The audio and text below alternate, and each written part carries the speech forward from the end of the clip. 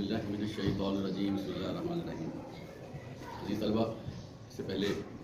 ہم نے قرآن مجید کے نزول کے حوالے سے بات کی ہے۔ آج ہم بات کریں گے قرآن پاک کی صورتوں کی خصوصیات اور آپ صلی اللہ علیہ وسلم کا خطبہ، جس کو خطبہ حجۃ الوداع کہتے ہیں۔ عزیز طلبہ، قرآن مجید کے ادوار کو ہم دیکھیں تو یہ دو ادوار پر مشتمل ہے۔ ایک کو مکی دور کہتے ہیں، ایک کو مدنی دور کہتے ہیں۔ اور مکہ میں جس طرح کے حالات اور واقعات نظر آتے ہیں، اسی نہج پہ صورتیں نازل ہوئیں اور مسلمانوں کو ہدایات دی گئی اور مختلف طریقوں سے مسلمانوں کو ثابت قدم رہنے کے بارے میں تلقین کی۔ آپ صلی اللہ علیہ وسلم نے جب اپنی تبلیغ کا آغاز کیا تو روایتاً تمام نبیوں کے ساتھ جو کچھ ہوا، آپ صلی اللہ علیہ وسلم کے ساتھ بھی وہی ہوا۔ جو لوگ آپ کے پاس اٹھتے تھے، بیٹھتے تھے، تعلق داری تھی، محبتیں تھیں، اور آپ صلی اللہ علیہ وسلم کو آپ کی شرافت، جانت، امانت کی وجہ سے اہل مکہ خصوصی پروٹوکول میں رکھتے تھے، اور ہر معاملے میں مشرکین مکہ کا یہ خیال تھا کہ ہر کام کی ابتدا آپ صلی اللہ علیہ وسلم سے کرائی جائے اور ہر مشاورت میں آپ کو رکھا جائے۔ اور مکہ والے آپ پہ فخر بھی کرتے تھے کہ یہ جو شخصیت ہیں،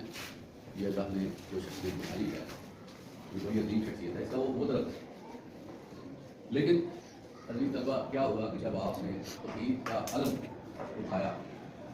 توحید کے پیغام کو آگے منتقل کرنا چاہا، آپ کے سجن، آپ کے دوست، آپ کے تعلقات، آپ کے رشتے دار، آپ کے پڑوسی، آپ کے محلے دار، آپ کے کنبے والے، آپ کے قبیلے والے، آپ کے بلڈ ریلیشنر، سارے آپ کے خلاف ہو اور محمد صلی اللہ علیہ وسلم کو مختلف طریقوں سے قتل کرنا شروع کر دیا۔ اور 13 سالہ مکہ کا دور انتہائی مشکلات میں گرا ہوا نظر آتا ہے، اور قرآن مجید میں جو آیات نازل ہوئی وہ بھی اسی حوالے سے تھی کہ لوگوں کے عقائد کی درستگی کی جائے۔ عزیز طلبہ، یہ جو عقائد ہوتے ہیں نا، اسی پہ علم و عمل کی بلڈنگ تیار ہوتی ہے۔ جس طرح کے عقائد ہوں گے اسی طرح کا معاملہ کھڑا ہوگا۔ تو اللہ کے نبی آپ صلی اللہ علیہ وسلم کو اسپیشلی اللہ تعالیٰ نے وہ آیات دی جن کا تعلق توحید کے ساتھ تھا اور قیامت کے حوالے سے باتیں ہوئی تھیں، اور اللہ کے ہاں جواب دہی کے بارے میں باتیں ہوئی تھیں، اور آپ صلی اللہ علیہ وسلم کو نبوت جو عطا فرمائی اس کی حقانیت کے بارے میں باتیں ہوئی، اور آپ صلی اللہ علیہ وسلم نے نہ دن دیکھا نہ رات اہل مکہ کو مخاطب کرتے رہے، ان کو سمجھاتے رہے، اور آپ صلی اللہ علیہ وسلم کو اس وجہ سے مارا پیٹا بھی گیا، اور آپ صلی اللہ علیہ وسلم کا سوشل بائیکاٹ بھی کیا گیا۔ آپ صلی اللہ علیہ وسلم کی راہ میں کانٹے بھی بچھائے گئے، اور آپ صلی اللہ علیہ وسلم کے ساتھ جو ہے وہ ستیلوں جیسا سلوک کیا، اور آپ صلی اللہ علیہ وسلم ان مشکلات میں گرے رہے لیکن اللہ کے نام کو سر بلند کرتے رہے۔ اور قرآن مجید ایسی کتاب ہے جو اس کو سمجھتا ہے اس میں لازمی اثر انداز ہوتی ہے۔ چنانچہ ایک بات واضح ہوئی اس تبلیغی مشن میں، اگرچہ اہل مکہ ہٹ درم رہے،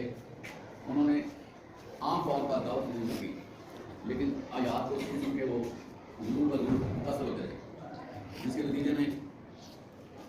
لوگ مسلمان بھی ہوئے۔ لیکن اس دور کی خصوصیت یہ بھی ہے کہ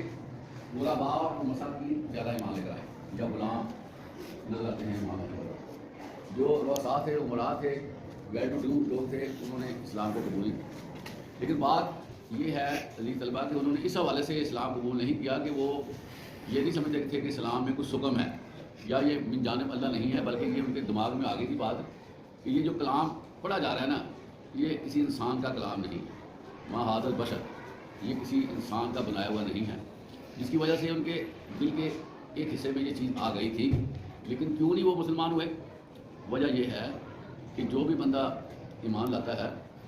وہ اس کے اندر جو تفاخر ہوتے ہیں، جو تکبر ہوتا ہے، جو بڑائی ہوتی ہے، اس کو ختم کرنا پڑتا ہے اور مطیع اور فرما بردار ہونا پڑتا ہے، اور عام لوگوں کے ساتھ اپنا رہن سہن بنانا پڑتا ہے، تعلقات بنانے پڑتے ہیں، ایک ہی صاحب میں کھڑے ہو کر نماز پڑھنا پڑتی ہے، ایک ہی جگہ پر گیدرنگ ہوتی ہے، ایک ہی جگہ پر کھانا پینا ہوتا ہے۔ کلکم آدم و آدم من تراب، آدم تم سب آدم سے ہو اور آدم مٹی سے بنے۔ تو یہ اسلام کا فلسفہ ہے کہ ہر بندہ برابر ہے۔ اللہ کے ہاں وہی لوگ صاحب تکریم ہیں جو تقوی میں آگے، اس کے علاوہ اور کوئی کرائٹیریا نہیں۔ تو جو بڑے بڑے لوگ ہوتے ہیں ان کو اپنی کرسیوں کی فکر لگ جاتی ہے، ان کو سرداریوں کی فکر لگ جاتی ہے، ان کو نمبرداری کی فکر لگ جاتی ہے، وہ لوگ جو ہیں پھر کیسے چھوڑ کے وہ عام لوگوں میں شامل ہو جاتے ہیں۔ یہ بنیادی وجہ ہوئی ہے جن لوگوں نے اسلام قبول نہیں کیا۔ اور اہل عرب میں خاندانی تفاخر بڑے زیادہ تھے کہ میں آپ کو بتاؤں، وہاں پر قبیلے آپس میں بڑے فخر کرتے تھے، اس حوالے سے انہوں نے نا آپ کو پذیرائی نہیں، تو یہاں پر جو صورتیں نازل ہوئیں ان کو ان کا زیادہ تعلق عقائد کے حوالے سے لگا کہ تم جس چیز پر چل رہے ہو نا یہ عقیدہ اسلام کا نہیں ہے بلکہ یہ عقیدہ باطل ہے، بلکہ یہ بات آپ کو بھی پتہ ہوگی کہ انہوں نے اس چیز کو کلیم کیا کہ ہم اس دین پر چلنا چاہتے ہیں جو ہمارے آباء و اجداد سے ہمیں ملا، تو یہاں پر اللہ تعالیٰ کو قرآن میں فرماتے ہیں کہ کیا تم اس دین پر چلنا چاہتے ہو جو تمہارے آباء و اجداد کی طرف سے ملا ہے؟ ممکنہ طور پر یہ ہے کہ ہو سکتا ہے کہ تمہارے والدین تمہارے آباء و اجداد غلط راہوں پہ ہوں، ان کی سلیکشن صحیح نہ ہوئی ہو، تو اللہ تعالیٰ نے جو آیات اتاری ہیں اس میں عقلی دلیلیں بھی دی گئی، عقلی طور پر لوگوں کو بھی متاثر کیا گیا کہ اللہ کے نبی جو دنیا میں آپ کے پاس آئے ہیں وہ اللہ کی طرف سے حق ہیں اور آپ لوگوں کو کامیاب کرانے کے لیے آئے ہیں، آپ لوگ جو ہیں وہ بہت پیچیدہ عادات میں مبتلا ہیں، جیسا کہ آپ کو پتہ ہے عزیز طلبہ وہاں پر عورتوں کی عزت نہ تھی، عورتوں کو بکاؤ مال سمجھا جاتا تھا، باقاعدہ طور پر عورتوں کی منڈیاں بھی لگتی تھیں، اور حتیٰ کہ جوئے میں عورتوں پر شرط لگتی تھی اور عورتیں کوئی جیت جاتا تھا، کوئی عورتیں ہار جاتا تھا، اسی طرح وہاں پر عورتوں کو طلاق دینے کے باوجود گھروں میں رکھا جاتا تھا تنگ کرنے کے لیے، دلیل کرنے کے لیے، ان کو پراپرٹی میں حصہ دار نہیں بنایا جاتا تھا، ان کو بطور گواہ نہیں رکھا جاتا تھا، تو اسی طرح بچیوں کے حوالے سے آپ کو پتہ ہے کہ زندہ درگور کر دی جاتی تھی، اور جس گھر میں بچی پیدا ہوتی تھی اس کا چہرہ اتر جاتا تھا، سیاہی مائل ہو جاتا تھا کہ میرے یہاں بچی پیدا ہوئی، تو یہ جو افراد اور تفرید تھی، مرد و زن میں جو فرق تھا،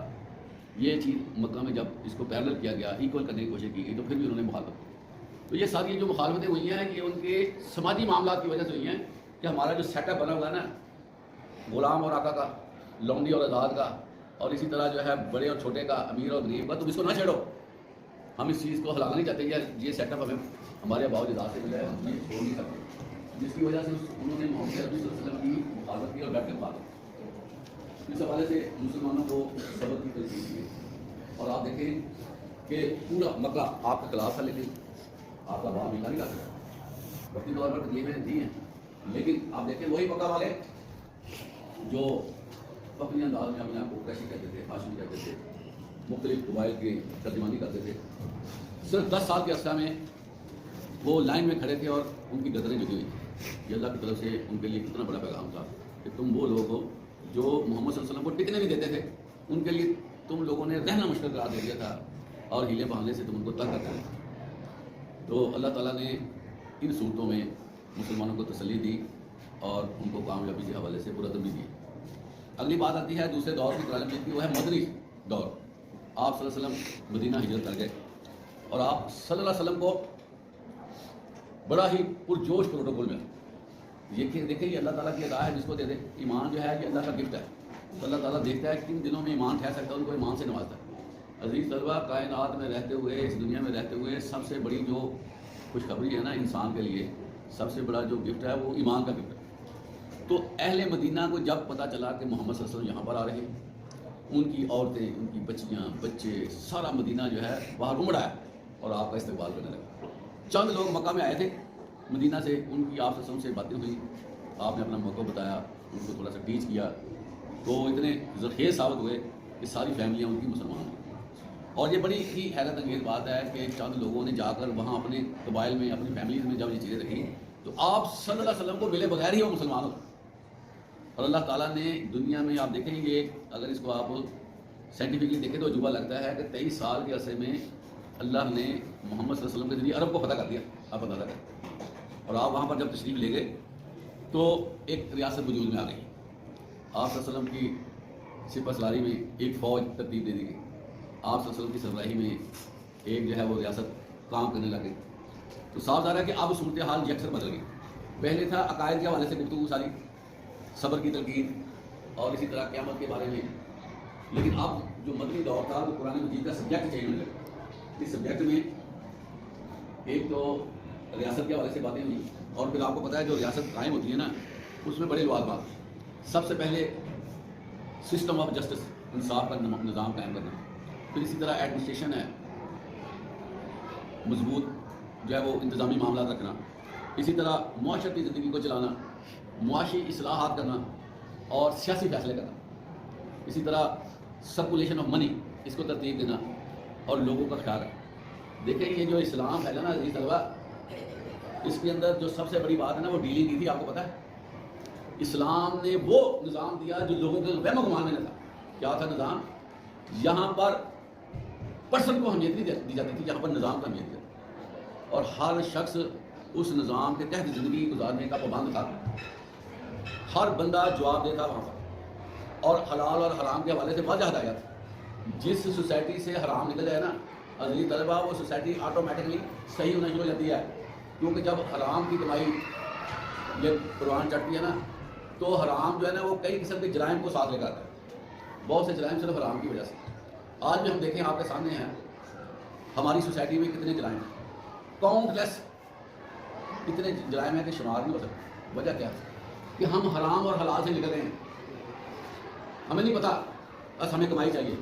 کسی کا گلا کاٹنا پڑے تو کوئی مسئلہ نہیں، کسی کے کپڑے اتارنے پڑے تو کوئی مسئلہ نہیں ہے، کسی کو کسی کے گھر میں ڈاکہ ڈالنا ہو تو کوئی پرواہ نہیں ہے، کسی کو چوری کرنی ہے تو کوئی پرواہ نہیں. پیسے ہونے چاہیے، جس کی وجہ سے آپ دیکھیں کہ کیا مسائل. تو مدینہ میں اللہ تعالیٰ نے سارے احکامات دیے، جس میں سوشل تھے، اکنامیکل تھے، پولیٹیکل تھے، اور اسی طرح جو ہے لوگوں کو جہاد کے حوالے سے دیے کہ اگر اپنا سروائیو کرنا ہے تو جہاد کے لیے دیا. آپ صلی اللہ علیہ وسلم دیکھیں کہ مدینہ میں آئے ہیں، دوسرے سال ہی جنگ کا آغاز ہو گیا، اور یہ سلسلہ جو ہے آپ صلی اللہ علیہ وسلم کے آخری دور تک رہا، جنگ میں غزوات ہوتی رہی. اس حوالے سے اللہ تعالیٰ نے جہاں مسلمانوں کو آزمایا وہاں مسلمانوں کی ہیلپ بھی کی اور جنگوں میں فتوحات بھی. اللہ تعالیٰ نے مسلمانوں کو اتنا پروٹوکول دیا کہ اگر تم ایک ہو تو تمہارے سامنے 20 ہو تمہیں کامیاب ملے گی. جہاں تک پروٹوکول اللہ تعالیٰ نے مسلمانوں کو دیا. چنانچہ آپ دیکھیں کہ ہر جنگ میں اللہ تعالیٰ نے پتا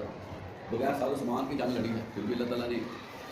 تعالیٰ نے عزت رکھی، مسلمان کامیاب ہوئے.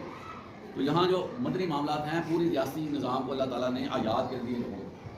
اب دیکھیں ایک مسئلہ تھا شراب کے حوالے سے، جوئے کے حوالے سے. اہل عرب میں دو چیزیں بہت زیادہ تھیں. شراب جو ہے وہ ہر گھر میں شراب کی فیکٹری تھی، تیار کی کرتی تھی اپنی اپنی شراب. اس کے علاوہ جوئے کا عام کلچر تھا، اور یہ جو کلچر تھا صدیوں پر محیط تھا. مدینہ میں جا کر جب نظام کو جو ہے وہ سسٹمائز کیا گیا تو پھر وہاں پر شراب کے حوالے سے اور جوئے کے حوالے سے اللہ تعالیٰ نے پابندی لگا دی، اور پابندی بھی گریجولی لگائی تاکہ لوگوں پہ بوجھ نہ پڑے. لوگ فیڈ اپنا فوراً ہو جائے کہ یہ کیا کرتے ہیں. اس کے علاوہ آپ کو پتہ ہے کہ اہل عرب غلامی اور آقا کے حوالے سے بڑا نظام صدیوں پر محیط، اس کو بھی ایک طریقے سے ختم کر دیتے ہیں. اگر عزیز طلبہ یہ اسلام کی تعلیمات نہ آتی تو ابھی تک یہ میں آپ کو بتاؤں غلام اور آقا کا تصور ہے نا، یہ دین ہے جس نے غلام اور آقا کا تصور ختم کر کے تمام انسانوں کو برابر کے حقوق دیے. حتیٰ کہ عزیز طلبہ جو ذمی لوگ ہوتے ہیں، جو سلطنت میں اسلام سے ہٹ کر لوگ ہوتے ہیں، غیر مذہبی لوگ ہوتے ہیں، دوسرے مذہب والے ہوتے ہیں، ان کو پورا لے دیا گیا اور ان کی سیکورٹی کا بھی پورا انتظام کیا گیا. اور اگر ان کا کوئی نقصان ہوتا تو وہ بھی نقصان جو ہے وہ اسلامی ریاست پوری کرتا. یہی وجہ ہے کہ یہاں تھوڑا سا اہل ایمان کو موقع ملا ریاست چلانے کا. تو یہ جو اللہ کی طرف سے نظام تھا اتنا کارگر تھا کہ آٹو سسٹم میں آ کر فتوحات ہوتی تھی. اور آپ حضرت عمر رضی اللہ تعالیٰ عنہ کے دور میں 32 لاکھ مربع میل علاقہ تھا، اور اسی طرح حضرت معاویہ رضی اللہ عنہ ان کے دور میں فتوحات 64 لاکھ مربع میل اللہ تعالیٰ نے فتوحات دی. لیکن یہ کیا تھا؟ اس ریاست کا سیٹ اپ تھا، اس ریاست کی ٹریننگ تھی جس کی سربراہی آپ صلی اللہ علیہ وسلم نے کی اور اپنے بندے تیار کیے، اور اسی پیٹرن پہ چل کر صحابہ کرام نے آگے بڑھ کر جو ہے وہ دنیا کو پکڑا. یہ قرآن مجید کی خصوصیات جگہ جگہ گائیڈ کیا گیا، احکامات دیے گئے اور لوگوں کو متنبع کیا گیا. تو جس کی وجہ سے ایک چھوٹی سی ریاست جو بعد وجود میں آئی چند سالوں میں دنیا کو حیرت زدہ کر دیا. دنیا میں اگر آپ واقعات کو دیکھیں اسی طرح واقعات کو پوری تاریخ انسانی میں اس طرح کا واقعہ نظر نہیں آئے گا کہ چند سال ملے ہیں ریاست کو اور ریاست کہیں پہ کہیں پہنچ گئی. یہ صرف اللہ تعالیٰ کی گائیڈنس، اللہ تعالیٰ کی مہربانی رحمت، اللہ تعالیٰ نے جو آیات نازل کر کے مسلمانوں کو یونائٹ کیا، متحد کیا، تو اس کے نتیجے میں دنیا میں مسلمانوں کو اللہ نے فتح یاب کیا. آپ بھی عزیز طلبہ اگر قرآن ہی کو ہم اپنا محور و مرکز کریں، اپنے قرآن کے ساتھ وابستگی کر لیں، اس سے گائیڈنس لیں، تو کوئی وجہ نہیں ہے کہ ہر جگہ پر اللہ تعالیٰ ہمیں کامیابی عطا ہو پائے گا. کیونکہ یہ جو قرآن مجید ہے نا، یہ ایسی کتاب ہے جو ہر جگہ پر ہر موقع پر یہ انسان کو گائیڈ کرنے کے لیے تیار ہے. لیکن اس کو کھولنا ضروری ہے، اس کو پڑھنا ضروری ہے، اس کے اندر داخل ہونا ضروری ہے، اس کے اندر غور و ضروری ہے، اور اللہ کی باتوں کو کان لگا کے سننا ضروری ہے اور فیصلے کرنا ضروری ہے، جس کی وجہ سے اللہ تعالیٰ کامیابی دیتا ہے. اور ہر مرحلے پہ کچھ نہ کچھ پرابلم ہوتی ہے، لیکن اوور آل مومنوں کے لیے فتح ہی فتح ہے. تو اللہ تعالیٰ ہمیں اس بات کو سمجھنے کی توفیق عطا فرمائے.